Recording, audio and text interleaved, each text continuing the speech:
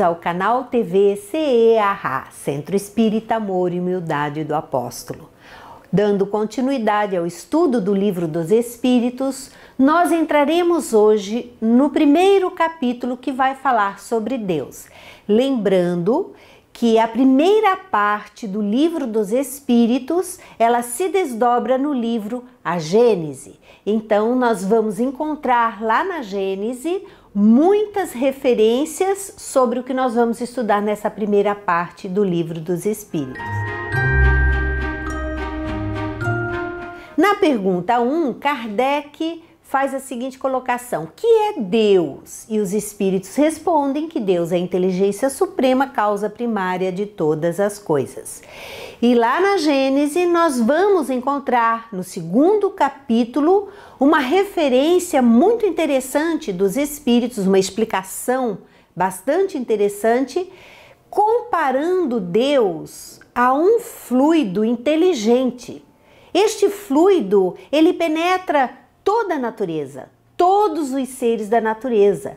Portanto, ele está em tudo, assim como ele está em nós também.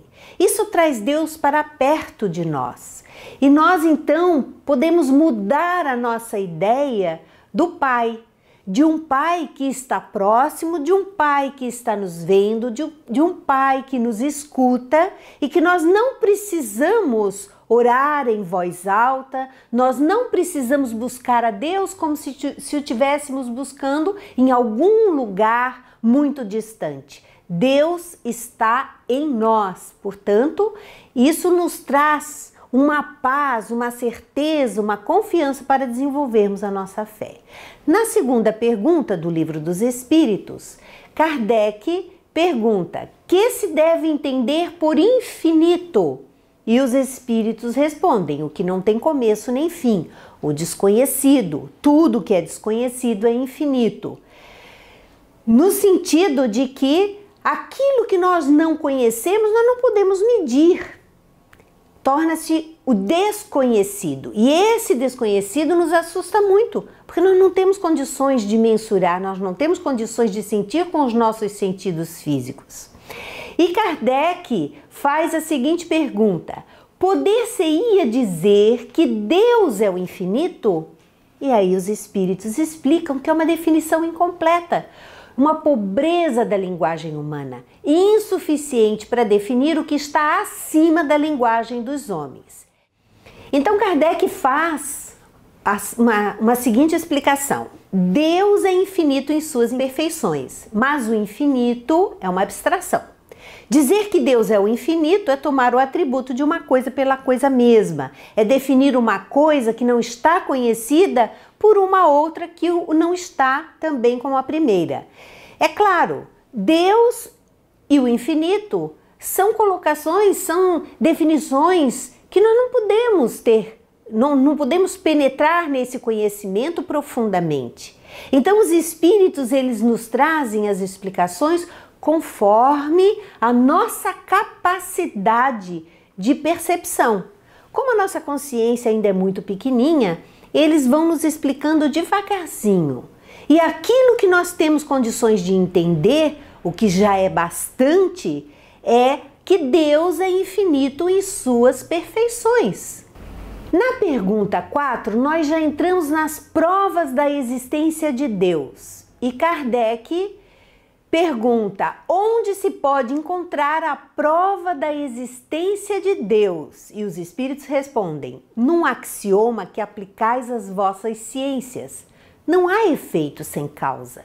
Procurai a causa de tudo o que não é obra do homem, e a vossa razão responderá. E aí Kardec coloca uma notinha: para crer-se em Deus, basta se lance o olhar sobre as obras da criação. O universo existe, logo tem uma causa. Duvidar da existência de Deus é negar que todo efeito tem uma causa e avançar que o nada pôde fazer alguma coisa. Então, Deus existe em função das suas obras. E qual é a maior obra que nós podemos confirmar? É a nossa própria existência. Nós somos seres criados por Deus. Mas a crença em Deus é algo que extrapola a inteligência. É algo que extrapola o raciocínio, já que a nossa inteligência, o nosso raciocínio são muito limitados. Crer em Deus é algo que vai mais do sentimento, vai mais da emoção, para traduzir-se em fé. E essa fé fazer com que nós melhoremos as nossas atitudes em função daquilo que nós acreditamos na crença do Pai Criador. Na pergunta 5, que dedução se pode tirar do sentimento instintivo que todos os homens trazem em si da existência de Deus? E os espíritos respondem: a de que Deus existe. Pois de onde lhes viria esse sentimento se não tivesse uma base? É ainda uma consequência do princípio, não há efeito sem causa. O efeito, o universo. Nós, seres humanos, nós, criaturas de Deus, nossas vidas. Tudo isso é o efeito, a natureza que está à nossa volta. Se fosse obra do acaso, não seria tão perfeito. E como a gente vai aprender no Livro dos Espíritos mais adiante, tudo tem um motivo, tudo tem um objetivo na criação.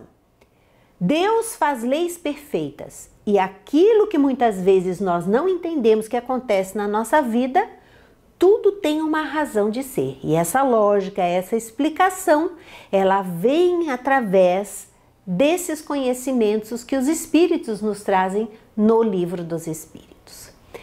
Na pergunta 6, o sentimento íntimo que temos da existência de Deus não poderia ser fruto da educação? Resultado de ideias adquiridas? Dos condicionamentos que muitas vezes temos desde pequenininhos? Mas os espíritos respondem: se assim fosse, por que existiria nos vossos selvagens esse sentimento? Porque os selvagens não foram educados, principalmente à época da codificação, não foram educados como nós, ditos seres civilizados, foram educados. E como eles têm essa ideia inata, essa intuição de que existe um algo mais? Através do quê? E Kardec explica: se o sentimento da existência de um ser supremo fosse tão somente o produto de um ensino, não seria universal e não existiria senão nos que houvessem podido receber esse ensino, conforme se dá com as noções científicas. A comprovação do método de Kardec. O conhecimento é universal, está em todas as partes e o conhecimento de Deus veio através de todas as religiões. Então, não há como duvidar da existência de Deus. Na pergunta 7, poder-se-ia achar nas propriedades íntimas da matéria a causa primária da formação das coisas? E os espíritos respondem: mas então, qual seria a causa dessas propriedades? É indispensável sempre uma causa primária. Kardec faz uma nota: atribuir a formação primária das coisas às propriedades íntimas da matéria seria tomar o efeito pela causa, porquanto essas propriedades são também elas um efeito que há de ter uma causa. Então não adianta nós procurarmos no mundo material a explicação para tudo. A ciência na matéria, ela vai até um certo ponto, mas a ciência dos espíritos, ela nos traz o complemento desse conhecimento estudando o mundo espiritual, estudando o espírito e as suas relações com o mundo material. Na pergunta 8, Kardec diz que se deve pensar da opinião dos que atribuem a formação primária a uma combinação fortuita da matéria ou por outra ao acaso. Outro absurdo, os espíritos respondem. Que homem de bom senso pode considerar o acaso um ser inteligente? E demais, que é o acaso? Nada. Então, o nada nos criou, O acaso nos criou? Nós somos obra do acaso? A natureza é obra do acaso? Parece uma noção muito mais fora da realidade do que acreditar-se na existência de Deus, na existência de espíritos superiores que nos governam, que planejaram, que arquitetaram toda a vida humana aqui na Terra. Kardec faz uma nota: a harmonia existente no mecanismo do universo patenteia combinações e desígnios determinados e por isso mesmo revela um poder inteligente. Atribuir a formação primária ao acaso é insensatez, pois que o acaso é cego e não pode produzir os efeitos que a inteligência produz. Um acaso inteligente já não seria acaso. E estudando as leis de Deus através da doutrina espírita, nós entendemos por que é impossível que tudo isso seja obra do acaso. E na última pergunta, na pergunta 9, nós vamos ver em que é que na causa primária se revela uma inteligência suprema e superior a todas as inteligências. Nós vemos Kardec perguntando e tentando entender Deus através dessas perguntas para os espíritos. E os espíritos nos respondem. Tende um provérbio que diz: pela obra se reconhece o autor. Pois bem, vede a obra e procurai o autor. O orgulho é que gera incredulidade. O homem orgulhoso nada admite acima de si. Por isso é que ele denomina a si mesmo espírito forte.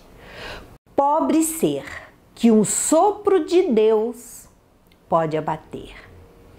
Do poder de uma inteligência se julga pelas suas obras, a nota de Kardec. Não podendo nenhum ser humano criar o que a natureza produz, a causa primária é, conseguintemente, uma inteligência superior à humanidade. Quaisquer que sejam os prodígios que a inteligência humana tenha operado, ela própria tem uma causa. E quanto maior for o que opere, tanto maior há de ser a causa primária. Aquela inteligência superior é que é a causa primária de todas as coisas. Seja qual for o nome que lhe deem, não importa o nome que nós vamos dar a Deus. O que importa é que esses conhecimentos tragam Deus para perto de nós, para junto de nós e nos ajudem a estar perto de Deus. Quando Cristo fala, eu e Deus somos um, Ele está nos mostrando o caminho. Este caminho está em nós. Nós temos condições de ser um com o Pai. Finalizamos assim o estudo de hoje do Livro dos Espíritos, da pergunta 1 a 9. Muito obrigada e até o próximo bloco.